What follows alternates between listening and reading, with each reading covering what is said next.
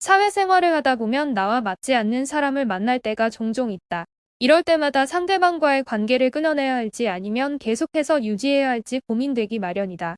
하지만 우리에게는 아직 수많은 날들이 남아있기 때문에 이러한 상황에서도 현명하게 대처할 필요가 있다.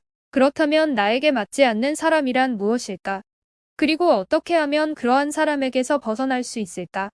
여기서 말하는 나에게 맞지 않는 사람이란 성격 혹은 가치관이 다른 사람을 말한다.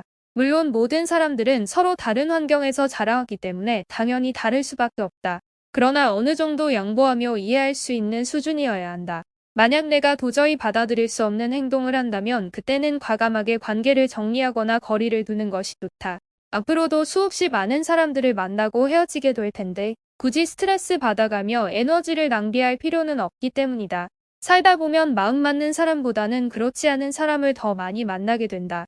직장 동료든 친구든 심지어 가족까지도 예외는 아니다. 그렇기 때문에 인간관계라는 게 참 어렵고 힘든 것 같다.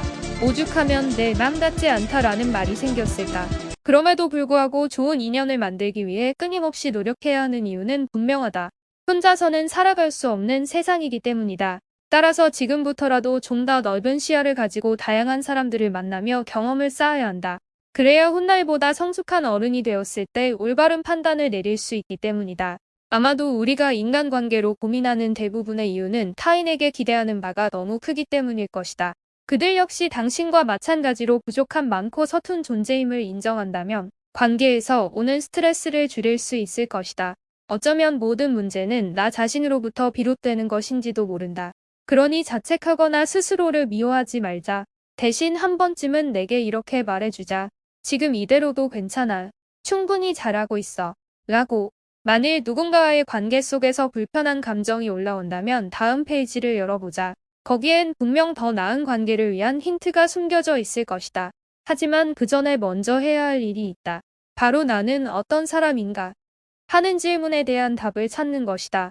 우리는 종종 타인에게 보여주는 모습대로 행동하려고 한다. 남들에게 착한 사람으로 보이고 싶어서 좋은 마음으로 베풀었는데 오히려 상처받는 경우가 생긴다. 반대로 다른 사람들을 함부로 대하면서 본인은 고고한 척하면 할수록 주변 사람들은 당신을 무시하게 된다. 그렇게 되면 결국 또다시 인간관계로 인해 고민하게 되는 악순환이 반복된다.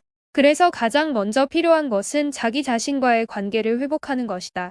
만약 자신과의 관계 회복이라는 단계를 거치지 않고 무작정 남을 위한 삶을 산다면 언젠가 반드시 한계에 부딪히게 될 것이다. 그때 가서 후회하지 말고 지금 당장 나를 돌아보는 시간을 가져보자. 그래서 나는 오늘도 스스로에게 묻는다. 그것은 바로 내가 진정 원하는 삶은 무엇인가? 이다. 그리고 그 답을 찾기 위해 부단히 노력한다. 어쩌면 그것이 인생에서 가장 중요한 과제인지도 모른다.